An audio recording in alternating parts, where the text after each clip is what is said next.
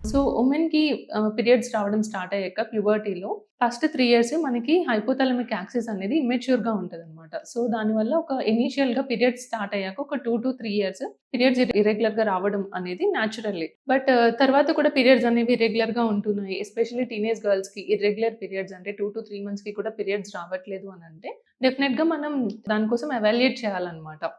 So, most common teenage గర్ల్స్‌కి regular cycles ఉన్నప్పుడు మనకి పీసీఓడీ ప్రాబ్లమే ఈ మధ్య మనం ఎక్కువగా చూస్తున్నామనమాట.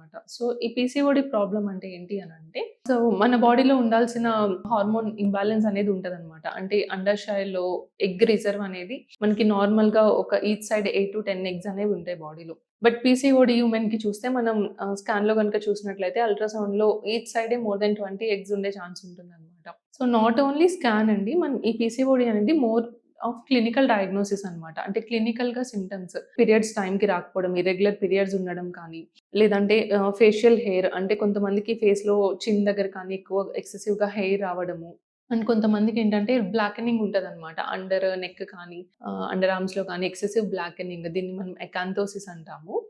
ఓవర్‌గా వెయిట్ పెరగడము. సో, ఇలాంటి సింప్టమ్స్ అన్నీ మనం పీసీఓడీలో చూస్తామనమాట. సో, పీసీఓడీ అనేది ఓన్లీ స్కాన్‌లో డయాగ్నోసిసే కాదనమాట. ఈ క్లినికల్ ఫీచర్స్, స్కాన్ ఫైండింగ్స్ కలిపి మనం పీసీఓడీ అనేది డయాగ్నోస్ చేస్తాము.